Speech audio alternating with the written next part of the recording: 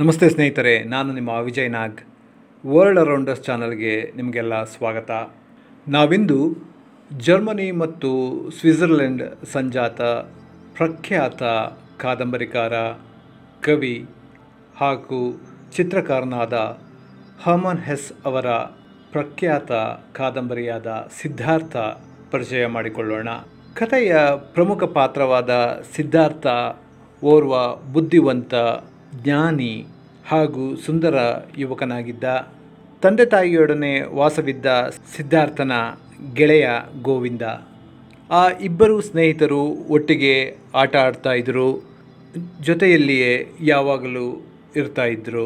ಅಷ್ಟೇ ಅಲ್ಲದೆ ಇಬ್ಬರು ಒಟ್ಟಿಗೆ ಧ್ಯಾನದಲ್ಲಿ ಕುಳಿತುಕೊಳ್ತಾ ಇದ್ದರು ಸ್ನೇಹಿತರೆ. ಸಿದ್ಧಾರ್ಥನ ನಡವಳಿಕೆಯನ್ನು ನೋಡಿದಾಗಲೆಲ್ಲ ಅವನ ತಂದೆ ತಾಯಿಗಳಿಗೆ ಬಹಳ ಸಂತೋಷ ಆಗ್ತಾ ಇತ್ತು.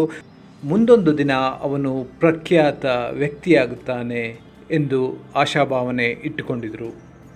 ಒಂದು ದಿನ ಸಿದ್ಧಾರ್ಥ ತನ್ನ ಗೆಳೆಯನಾದ ಗೋವಿಂದನ ಜೊತೆ ನದಿ ತೀರದಲ್ಲಿ ಧ್ಯಾನದಲ್ಲಿ ಮಗ್ನನಾಗಿದ್ದ.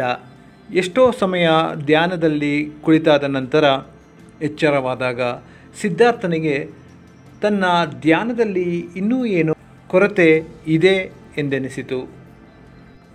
ಇಷ್ಟೊಂದು ಜ್ಞಾನವನ್ನು ಪಡೆದ ನಂತರ ಕೂಡ ಇನ್ನೂ ತನ್ನ ಮನಸ್ಸಿನಲ್ಲಿ ಬಾಯಾರಿಕೆ ಹಾಗೆ ಉಳಿದು ಬಿಟ್ಟಿದೆ ಎನಿಸಿತು. ಆತ ಎಷ್ಟೋ ಬಾರಿ ಒಂದಷ್ಟು ಭಿಕ್ಷುಗಳು ಕಾಡಿನ ಕಡೆಗೆ ಹೋಗುತ್ತಿದ್ದುದನ್ನು ನೋಡಿದ್ದ. ಹೀಗಾಗಿ ಅವನಿಗೆ ಆ ಮಾರ್ಗದಲ್ಲೇ ತಾನೂ ಕೂಡ ನಡೆದರೆ ನನಗೆ ಏನಾದರೂ ಒಂದು ಪ್ರಾಪ್ತಿಯಾಗಬಹುದು ಎಂದೆನಿಸಿತು. ಮನೆಗೆ ಹಿಂತಿರುಗಿದ ಸಿದ್ಧಾರ್ಥ ತಂದೆಗೆ ನಾನು ಭಿಕ್ಷುವಾಗುತ್ತಿದ್ದೇನೆ ಎಂದು ಹೇಳಿದ. ಅವನ ಮಾತು ಕೇಳಿದ ತಂದೆಗೆ ಕೋಪ ಅಂತೂ ಬಂತು. ಆದರೆ ಸಿದ್ಧಾರ್ಥನ ದೃಢ ನಿಶ್ಚಯವನ್ನು ಕಂಡು ಅವನ ಮಾತಿಗೆ ಸಮ್ಮತಿಯನ್ನು ಕೂಡ ಹೇಳಬೇಕಾಗಿ ಬಂತು ಸ್ನೇಹಿತರೆ. ಸಿದ್ಧಾರ್ಥನನ್ನು ಬೀಳ್ಕೊಡುವ ಮುನ್ನ ಅವನ ತಂದೆ, ಆಯಿತು, ನಿನ್ನ ಮಾರ್ಗಕ್ಕೆ ಅಡ್ಡಿಯೇನು ನಾನು ಬರುವುದಿಲ್ಲ, ಆದರೆ ನೀನು ಹುಡುಕುತ್ತಿರುವುದು ಸಿಕ್ಕ ಮೇಲೆ ವಾಪಸ್ಸು ಬಂದು ನನ್ನನ್ನು ಕಾಣು ಎಂದು ಹೇಳಿದ. ಈ ರೀತಿ ವೈಭವದ ಆರಾಮದ ಜೀವನವನ್ನು ತ್ಯಜಿಸಿ ಸಿದ್ಧಾರ್ಥ ಹೊರಗೆ ನಡೆಯತೊಡಗಿದ. ಅವನ ಜೊತೆಗೆ ಗೋವಿಂದನೂ ಕೂಡ ಹೆಜ್ಜೆ ಹಾಕಿ ಕಾಡಿನ ಕಡೆ ನಡೆದರ. ಸ್ನೇಹಿತರೆ, ವಿಡಿಯೋದಲ್ಲಿ ಮುಂದುವರಿಯುವ ಮುನ್ನ ನೀವು ಈ ಚಾನಲ್ಗೆ ಹೊಸಬರಾಗಿದ್ದರೆ ಸಬ್ಸ್ಕ್ರೈಬ್ ಆಗುವುದನ್ನು ಮರೆಯದಿರಿ. ಸ್ವಲ್ಪ ದೂರ ನಡೆದ ನಂತರ ಅವರಿಬ್ಬರಿಗೆ ಭಿಕ್ಷುಗಳ ಗುಂಪೊಂದು ಎದುರಾಯಿತು. ಆ ಗುಂಪಿನ ಜೊತೆ ಸೇರಿಕೊಂಡ ಇವರು ನಡೆಯತೊಡಗಿದರು. ದಿನ ಪೂರ್ತಿ ನಡೆಯುತ್ತಿದ್ದ ಇವರು ರಾತ್ರಿಯಲ್ಲಿ ಒಂದೆಡೆ ತಂಗುತ್ತಿದ್ದರು. ಸ್ವಲ್ಪ ಆಹಾರವನ್ನು ಮಾತ್ರ ಸೇವಿಸುತ್ತಾ ಯಾವಾಗಲೂ ಧ್ಯಾನದಲ್ಲೇ ಮಗ್ನರಾಗಿರುತ್ತಿದ್ದರು ಸ್ನೇಹಿತರೆ. ಕಾಲಚಕ್ರ ಉರುಳುತ್ತಿದ್ದಂತೆ ಅವರ ದೇಹ ಕೃಶವಾಗುತ್ತಾ ಬಂತು. ನೋವನ್ನು ತಡೆದುಕೊಳ್ಳುವ ಸಹನೆ ಶಕ್ತಿ ಕೂಡ ಹೆಚ್ಚಾಗುತ್ತಾ ಹೋಯಿತು. ಹಲವಾರು ವರ್ಷ ಕಳೆದ ನಂತರ ಸಿದ್ಧಾರ್ಥನಿಗೆ ಈ ಹಾದಿಯೂ ಕೂಡ ನನಗೆ ಸರಿಹೊಂದುತ್ತಿಲ್ಲ ಎಂಬುದು ಅನುಭವಕ್ಕೆ ಬಂತು. ಭಿಕ್ಷುಗಳ ಅನುಮತಿ ಕೋರಿ ಅಲ್ಲಿಂದ ಹೊರಡಬೇಕು ಎಂದೆನಿಸಿತು.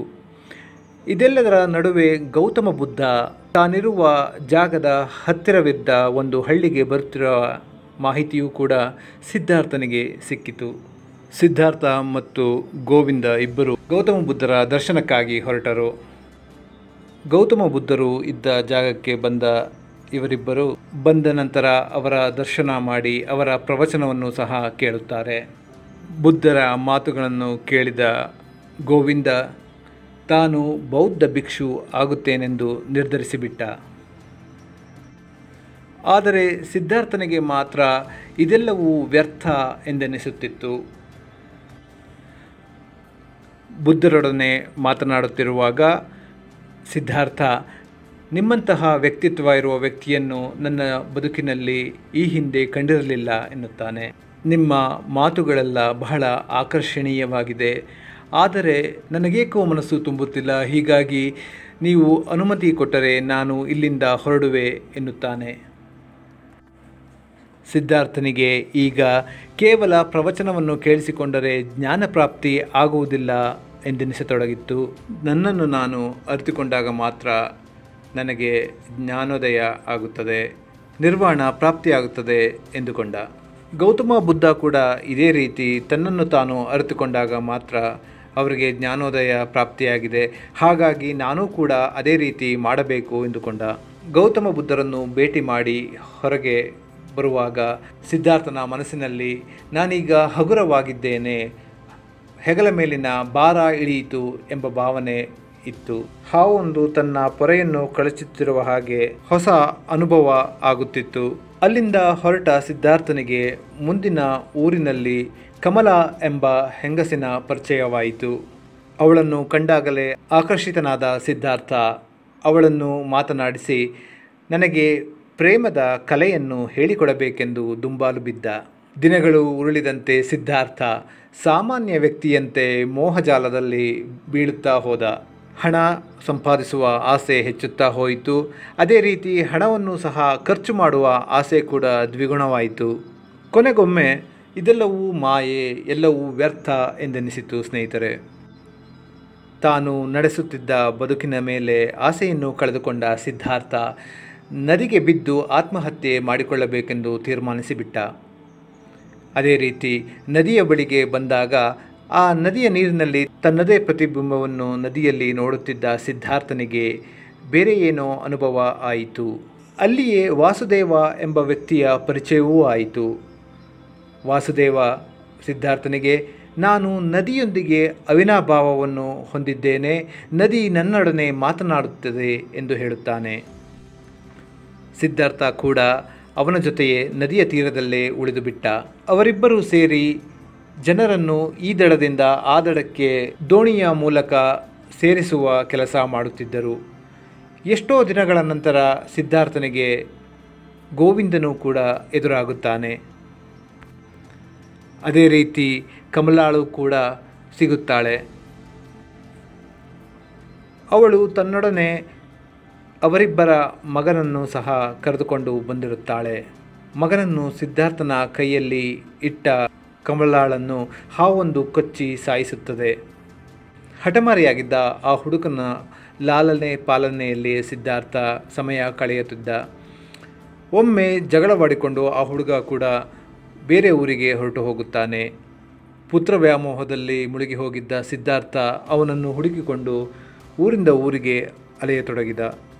ಹೀಗೆ ಅಲೆಯುತ್ತಿದ್ದಾಗ ಸಿದ್ಧಾರ್ಥನಿಗೆ ನಾನೂ ಕೂಡ ನನ್ನ ತಂದೆಗೆ ಇದೇ ರೀತಿ ಮಾಡಿದ್ದೆ ಅಲ್ಲವೇ ಎಂದೆನಿಸಿತು. ಬಹಳ ಪಶ್ಚಾತ್ತಾಪ ಕೂಡ ಆಯಿತು. ಅವನ ಎದೆಯೊಳಗಿಂದ ಓಂ ಎಂಬ ಶಬ್ದವೂ ಸಹ ಕೇಳಿಸಿತು. ಈಗ ಪುತ್ರ ವ್ಯಾಮೋಹದ ಬಂಧನದಿಂದ ಸಿದ್ಧಾರ್ಥ ಹೊರಗೆ ಬಂದಿದ್ದ. ತನ್ನ ಉದ್ದೇಶ ಏನಾಗಿತ್ತು ಎಂದು ನೆನಪಿಗೆ ಬಂತು. ನದಿಯನ್ನು ನೋಡುತ್ತಾ ನಿಂತಿದ್ದ ಸಿದ್ಧಾರ್ಥನಿಗೆ ಅದು ಕೂಡ ನನ್ನನ್ನು ನೋಡಿ ನಗುತ್ತಿದೆ ಎಂದೆನಿಸಿತು. ವಾಸುದೇವನಿಗೆ ಇದೆಲ್ಲವನ್ನು ಸಿದ್ಧಾರ್ಥ ಹೇಳುತ್ತಾನೆ. ಬಹುಶಃ ಇದೇ ಬದುಕು ಇರಬೇಕು ಎಂದೆನಿಸಿತು. ಇದೇ ರೀತಿಯ ಸಣ್ಣ ಸಣ್ಣ ಕ್ಷಣಗಳೆಲ್ಲ ಸೇರಿಕೊಂಡು ಬದುಕಿನ ಸಂಗೀತದ ಒಂದು ಧಾರೆಯಾಗುತ್ತದೆ ಎಂಬುದು ಅವನಿಗೆ ಅರಿವಾಯಿತು. ಸಿದ್ಧಾರ್ಥನಿಗೆ ಜ್ಞಾನ ಪ್ರಾಪ್ತಿಯಾಗುವ ಅನುಭವ ಆಯಿತು. ತನ್ನೊಳಗೆ ಆಗುತ್ತಿದ್ದ ಅನುಭವದಲ್ಲಿ ಲೀನವಾಗುತ್ತಾ ಹೋದ. ಇದನ್ನೆಲ್ಲ ನೋಡುತ್ತಾ ನಿಂತಿದ್ದ ವಾಸುದೇವ ಸಿದ್ಧಾರ್ಥನಿಗೆ, ಸಿದ್ಧಾರ್ಥ, ಈಗ ನೀನು ತಲುಪಿದ್ದೀಯ, ನಾನಿನ್ನು ಹೋಗಿ ಬರುತ್ತೇನೆ, ಇದೇ ಕ್ಷಣಕ್ಕಾಗಿ ನಾನು ಕಾಯುತ್ತಿದ್ದೆ ಎಂದು ಹೇಳುತ್ತಾನೆ. ಸ್ನೇಹಿತರೆ, ಇಲ್ಲಿಯವರೆಗೂ ನೀವು ಹರ್ಮನ್ ಹಾಸ್ ಅವರ ಪ್ರಖ್ಯಾತ ಕಾದಂಬರಿಯಾದ ಸಿದ್ಧಾರ್ಥದ ಪರಿಚಯ ಮಾಡಿಕೊಂಡಿರಿ. ಈ ವಿಡಿಯೋ ಇಷ್ಟವಾಯಿತು ಎಂದು ಆಶಿಸುತ್ತೇನೆ. ನಿಮಗೆ ಈ ವಿಡಿಯೋ ಇಷ್ಟವಾಗಿದ್ದಲ್ಲಿ ಲೈಕ್ ಮಾಡಿ, ಕಮೆಂಟ್ ಮಾಡುವುದನ್ನು ಮರೆಯದಿರಿ. ಧನ್ಯವಾದ.